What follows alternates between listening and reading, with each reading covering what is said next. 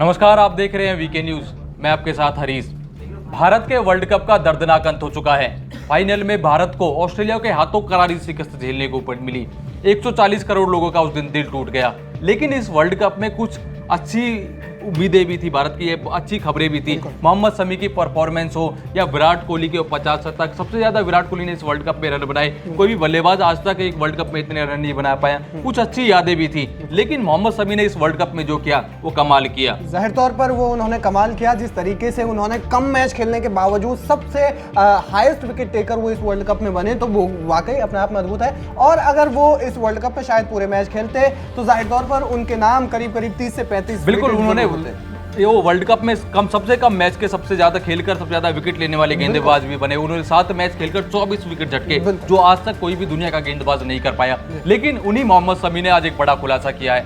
बड़ा खुलासा इतना बड़ा है कि जिसे सोचने के बाद शायद हमारा जो क्रिकेट स्ट्रक्चर है आपको उसके ऊपर उन्होंने सीधे सीधे सवाल उठाए हैं। क्या कहा, आज चर्चा उसी पे करेंगे। प्यूमा इंडिया को उन्होंने एक इंटरव्यू दिया था और जिसके दौरान उन्होंने कई खुलासे किए। खुलासे ऐसे कि जो शायद आपको सोचने पर मजबूर कर देंगे, क्योंकि जो मोहम्मद शमी अपनी पर्सनल लाइफ से लेकर के प्रोफेशनल लाइफ तक स्ट्रगल के दौर में रहे, जीवन भर एक तरीके से स्ट्रगल करते रहे, उनकी किस तरीके से उन्होंने जब वो खेले थे उत्तर प्रदेश के होने के बावजूद वो कभी भी डोमेस्टिक क्रिकेट हो, चाहे वो लिस्टेड क्रिकेट हो, चाहे वो फर्स्ट क्लास क्रिकेट हो, वो कभी भी उत्तर प्रदेश के लिए ही नहीं खेले बल्कि बंगाल राज्य के लिए खेले। बिल्कुल, क्यों खेले, असली कारण यही है। आज असली खुलासा जो उन्होंने किया है वो इसी को लेकर किया है। उन्होंने बताया कि वो किस संघर्ष के बाद इंटरनेशनल क्रिकेट तक पहुंचे, या क्या वो मजबूरियां थी वो यूपी से नहीं खेल पाए। उन्होंने बताया कि वो कई बार यूपी के लिए ट्रायल भी दिया था। उन्होंने ट्रायल देने के बावजूद बार बार उन्हें सेलेक्ट नहीं किया जाता था रणजी के लिए, यूपी के लिए। इसके बाद ही उन्होंने बंगाल के लिए मूव किया।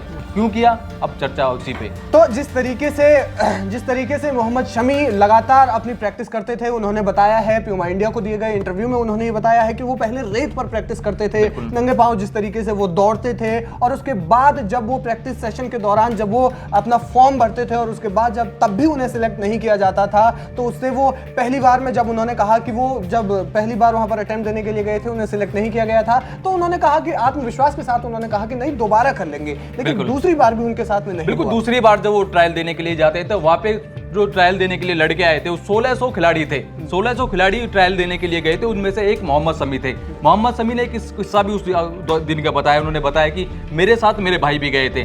मेरे भैया चीफ सेलेक्टर के पास जाते हैं, उनसे बोलते हैं कि ये लड़का है, अच्छा परफॉर्म कर रहा है, आप इसको मौका दीजिए। लेकिन चीफ सेलेक्टर उनसे साफ साफ कह देते हैं कि अगर आप मेरी कुर्सी हिला सकते हो तभी आपका लड़का सेलेक्ट होगा। और उनके भाई जो जवाब देते हैं वो वाकई सुनने लायक है। उनके भाई कहते हैं कि कुर्सी हिलाना तो छोड़िए, मैं कुर्सी को उल्टा भी कर सकता हूं और तब यहां आकर के पहुंच सकता हूं। बिल्कुल, उसके बाद मोहम्मद शमी के भाई ने, उनके हाथ में एक फॉर्म भी था, मोहम्मद शमी के भाई के जो जिनके थ्रू उनका सिलेक्शन होता है, वो फॉर्म रणजी का वहीं फाड़ देते हैं। वो कह देते हैं कि जब लड़के में दम होगा तो उसका सिलेक्शन हो जाएगा। लेकिन उसके बावजूद वो कहते हैं कि मोहम्मद शमी चीफ सेलेक्टर की तरफ से ऐसी प्रतिक्रिया आती है जिसकी वो काफी उम्मीद भी नहीं कर रहे थे। चीफ सेलेक्टर ने बोला था कि दम वालों का यहाँ कोई काम नहीं। बिल्कुल, जिस तरीके से और चीफ सेलेक्टर ने उसके बाद उन्हें नकार दिया, और तब उसके बाद से मोहम्मद शमी की जो असली कहानी है वो शुरू होती है। क्योंकि फिर उनके भाई के साथ में उन्होंने हमेशा के लिए उत्तर प्रदेश के लिए क्रिकेट खेलने से इनकार कर दिया और फिर वो पश्चिम बंगाल के लिए, बिल्कुल बंगाल के लिए खेले। लेकिन उससे पहले वो गए थे त्रिपुरा। मोहम्मद शमी ने अपने इंटरव्यू में जिक्र भी किया है कि वो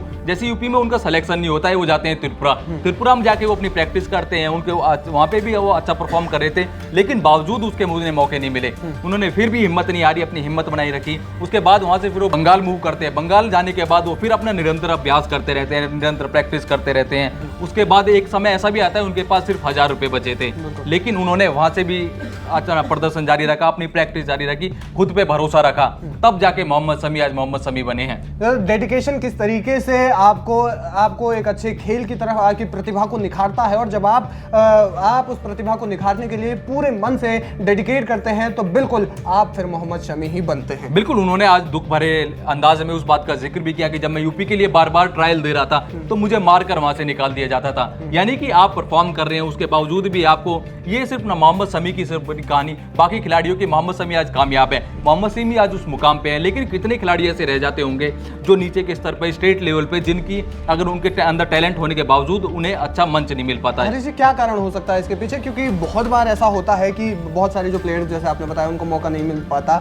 और चीफ सिलेक्टर जो है वो अपनी अकड़ में रहते हैं। और बिल्कुल, आप चीफ सिलेक्टर की अकड़ गए, क्योंकि अभी हमने कहानी एक तरफ की सुनी है, बट लेकिन कहीं ना कहीं लोगों को जो नए खिलाड़ी होते हैं, जो नया टैलेंट होता है, उन्हें ऊपर तक आने में काफी परेशानियों का सामना तो करना ही पड़ता है, और ये बीसीसीआई को इस पर ध्यान भी देना होगा।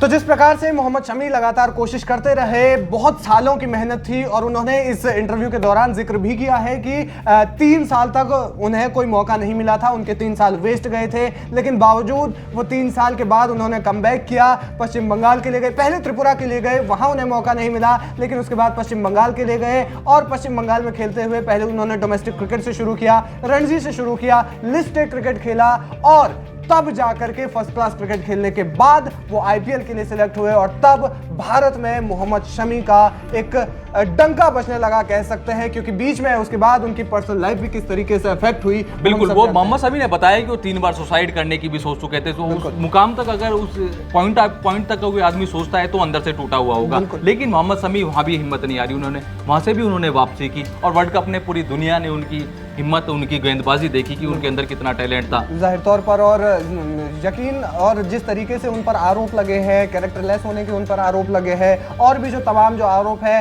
कहते हैं कि जो हसीन जहां है उनकी पत्नी, वो बीसीसीआई और जो उनके बाकी टीम मेंबर्स हैं उनको फेक मैसेजेस करती थी, और भी जो तमाम तरीके के जो आरोप हैं, उसके बावजूद उन्होंने जो 3 बार सुसाइड करने का जो कोशिश की थी, वो अपने आप में किसी भी स्पोर्ट्समैन के लिए एक टूटने वाली बात है। और उसके बाद से जिस तरीके से वो कमबैक करते हैं वर्ल्ड कप में, उनका प्रदर्शन, और उम्मीद करते हैं कि वो अपना प्रदर्शन इसी तरीके से जारी रखेंगे। बिल्कुल। तो ये थी मोहम्मद शमी की कहानी और प्यूमा इंडिया को उनका दिया गया इंटरव्यू। इसमें और भी उन्होंने कई सारे खुलासे किए हैं, लेकिन ये जो बात है मोहम्मद शमी का ये जो कमबैक है, मोहम्मद शमी की जो जर्नी है, वो आपको कैसी लगी हमें कमेंट करके जरूर बताएं।